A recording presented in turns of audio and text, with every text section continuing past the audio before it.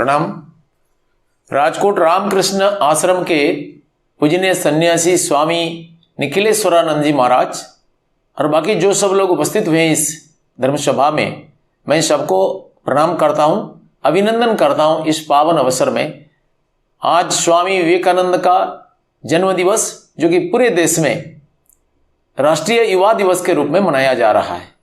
भारत की तारुण्य का यह अनन्य प्रतिनिधि, यह सर्वश्रेष्ठ प्रतीक स्वामी विवेकानंद, भारत में आदर्श की खोज करने वाला हर नवयुवकों के लिए सर्वश्रेष्ठ विग्रह, सर्वश्रेष्ठ रोल मॉडल है स्वामी विवेकानंद।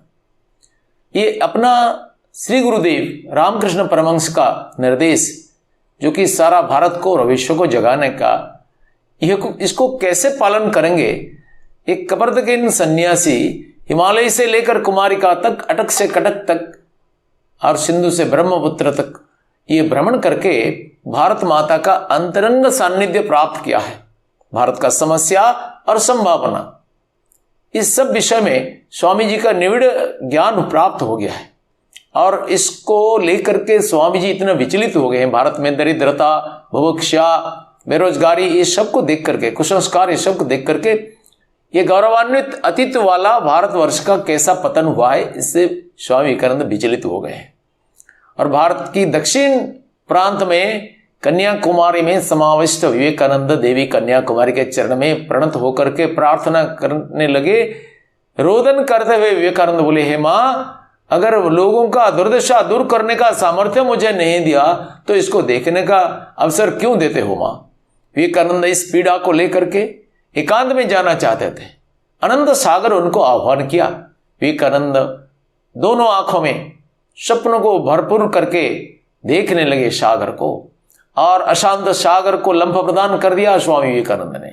सागर को भेद करके उन्होंने भारत का अंतिम शिला पर आसीन हो गए। जो सागर से टकराता है उसको चट्टान कहते हैं, जो चट्टान से टकराता है उसको तूफान कहते हैं, और जो तूफान से टकराता है उसको जवान कहते हैं। भारतीय नौजवानों का यह हीरो, यह रोल मॉडल विवेकानंद ध्यानस्थ हुए। कन्याकुमारी की इस शिला पर लगभग 3 दिन तक विवेकानंद का अखंड ध्यान चलता रहा। यह ध्यान का विषय वस्तु क्या था? सारे विश्व का मानव जाति की आध्यात्मिक इतिहास में पहली बार एक सन्यासी ध्यान कर रहे, जिनका ध्यान का विषय वस्तु मुक्ति नहीं, मोक्ष नहीं, पुरुषार्थ नहीं, कैवल्य नहीं, ईश्वर भी नहीं है। ध्यान का विषय वस्तु था मनुष्य, भारत माता। विवेकानंद, यद्यपि यह ध्यान विचारणा से प्रारंभ हुआ, लेकिन इसका अंत हुआ विजुअलाइजेशन से। विवेकानंद रोने लगे। भारत का गौरवपूर्ण अतीत और वर्तमान का अवनत अवस्था और भारत का महिमामय भविष्य का समुज्जल चित्र उनके सामने चित्र की भांति उपस्थापित हुए। उनका तपोमार्जित निर्मल चित्त दर्पण में यह दिव्य दृश्य देखते हुए विवेकानंद अवाक रह गए। गौरवशाली भारत, पार्थसारथी श्री कृष्ण अर्जुन को गीता का संदेश देने वाला भारत, क्लैव्यंग मास्मगमः पार्थ नैतत्युपपद्यते, ऐसा कहते हुए अर्जुन को जगाने का प्रयास करने वाले भगवान श्री कृष्ण का भारत, श्री राम का भारत, और नचिकेता को उत्तिष्ठत जागृत प्राप्य वरान निबोधत कह करके संबोधित करने वाला भारत। यमराज की यह वाणी में स्वामी विवेकानंद उद्बुद्ध हो गए और भविष्य भारत की महिमामय चित्र देख करके विवेकानंद आश्वस्त हो गए और उनका ध्यान समाप्त हुआ। काशीपुर का ब्रह्मज्ञानी कन्याकुमारी में राष्ट्रगुरु, विश्वगुरु में रूपांतरित हो गए और विवेकानंद भारत के आह्वान किया, उत्तिष्ठत जागृत प्राप्य वरान निबोधत, arise awake and stop not till the goal is reached. Vivekananda Swami को अमेरिका जाने के लिए एक दैवी आभास हुआ। श्री रामकृष्ण और माता शारदा देवी की आशीर्वाद लेकर के अमेरिका में चिकागो पार्लियामेंट रिलीजियंस में हिंदू धर्म का प्रतिनिधित्व करने के लिए स्वामी विवेकानंद गए। वेदांत उनका अस्त्र था, चरित्र उनका शस्त्र था, त्याग उनका मंत्र था। ये स्वामी विवेकानंद अमेरिका में पहुंचे। अमेरिका में चिकागो धर्मसभा में उनका पहला भाषण ही एक अज्ञात सन्यासी को विश्व विजयी बना दिया। अमेरिका का न्यूज़पेपर लिखने लगे, no doubt Swami Vivekananda is the greatest figure in the parliament religions. It is our foolishness to send missionaries to a land which has produced a Vivekananda. सारा भारत में हलचल हुआ है, भारत का नवयुवकों में एक नवजागरण आया है। पतदलित राष्ट्र के एक युवा सन्यासी की यह दिग्विजय में सारा भारत में एक अद्भुत जागरण पैदा हुआ है। राष्ट्र निर्माण के लिए युवाओं को उन्होंने प्रेरित किया। विवेकानंद ये जानते थे किसी भी राष्ट्र का युवा शक्ति की बिना सहायता से राष्ट्र का पुनरुत्थान असंभव है।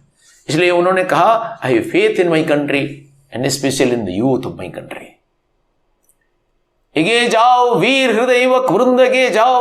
उनके सामने एक आदर्श को उन्होंने धारण किया। I do not believe in a god और religion who cannot give me a piece of bread here, giving me eternal bliss in heaven. I do not believe in a God or religion who cannot give a piece of bread to the orphan's mouth or whip the widow's tear. Swami Vivekananda का यह वैप्लविक आह्वान से युवा हृदय में आलोड़न सृष्टि हुआ। स्वामी विवेकानंद इस देश के नेताओं को सतर्क करने के लिए बोले, so long as millions live in hunger and poverty, I hold every man a traitor who having been educated at their expense pays the least heed to them. Swami Vivekananda Bharat का ये भूक्षा देख करके रोदन करने लगे। उन्होंने लिखा था पत्र एक महाराजा को, my dear noble parents, this life is short, the vintage of the world are transient, but they alone live who live for others, rest are more dead than alive. हम जानते हैं कि विवेकानंद वेदांत प्रचार करने के लिए अमेरिका गए थे, लेकिन वो खुद अपने मुंह से बोल रहे हैं कि I am selling out my brain to earn food for my countrymen. Swami Vivekananda चाहते थे कि हजारों नवयुवक बाहर निकल करके देश में वेदांत का वार्ता प्रचार करके देश में लोगों का आत्मविश्वास जगाएं। स्वामी विवेकानंद बोलते थे, 100,000 young men and women fired with the zeal of holiness, fortified with religion and not to lion's courage shall go over the length and breadth of the land, preaching the gospel of salvation, the gospel of help, the gospel of social raising up and above all the gospel of equality. And इसलिए उन्होंने शिक्षा में आमूल परिवर्तन के लिए आह्वान किया। समग्र देश में शिक्षा का विस्तार के लिए विवेकानंद का क्रांतिकारी आह्वान। स्वामी विवेकानंद कहते थे, education is the manifestation of perfection already in man. मानव का अंतर्निहित पूर्णता का अभिव्यक्ति शिक्षा है। Education is not the amount of information that is put into your brain and runs riot undigested all your life. We want that education by which character is formed, strength of mind is increased, the intellect is expanded, and by which one can stand on one's own feet. इस प्रकार का एक शिक्षा व्यवस्था का प्रवर्तन करने के लिए विवेकानंद ने देश को आह्वान किया। देश में स्वदेश प्रेम का भाव को देख करके विवेकानंद का हृदय में बहुत पीड़ा आया। हेमचंद्र घोष को उन्होंने बोला, What religion can a slave nation have? Go and free your motherland, then only you can have any religion. Vivekananda ने बोला, man, these are wanted. Rest will take care of itself, but strong, vigorous, believing young man, 100 such, and the world becomes revolutionized. उन्होंने आह्वान किया, आगामी 50 साल तक भारत माता तुम्हारा एकमात्र आराध्या देवी बने, बाकी सब देव देवी सोए हुए हैं, यह एकमात्र जीवंत जागृत देवता हमारा राष्ट्र देवता। भारत माता अभी पशु बलि नहीं चाहती है, नर बलि चाहती है, साक्षात नर बलि, सहस्त्र युवक बलि चाहती है। इसलिए चक्षु की लोतक से नहीं, हृदय की शोणित से भारत माता की पदवंदना करो। और यह आह्वान का उत्तर भारत का नवयुवक दिया। चंद्रशेखर आजाद, भगत सिंह, खुदीराम बोस, दिनेश गुप्ता, अभिनय बोस, बादल बोस, राम प्रसाद बिस्मिल्ला, प्रीति लता देवी, स्वर्णलता देवी, अस्फाकुल्ला खां, बागा जतीन, उधम सिंह, कई नवियों की युवतियां वंदे मातरम की पंचाक्षरी मंत्रोच्चार से भारत गगन को प्रकंपित करते हुए फांसी का फंदा को चुंबन किया, अथवा ब्रिटिश बाहिनी के साथ लड़ते लड़ते अपने को खंड विकट करके रक्त तर्पण किया, भारत माता की यज्ञ कुंड में जीवन को आहुति दे दिया। इसके कारण हमें आजादी मिली। स्वामी विवेकानंद की वाणी के अनुसार आजादी से पहले हमारा जीवन का ध्येय था देश के लिए मरना, और आजादी के बाद हमारा जीवन का ध्येय है देश के लिए जीना।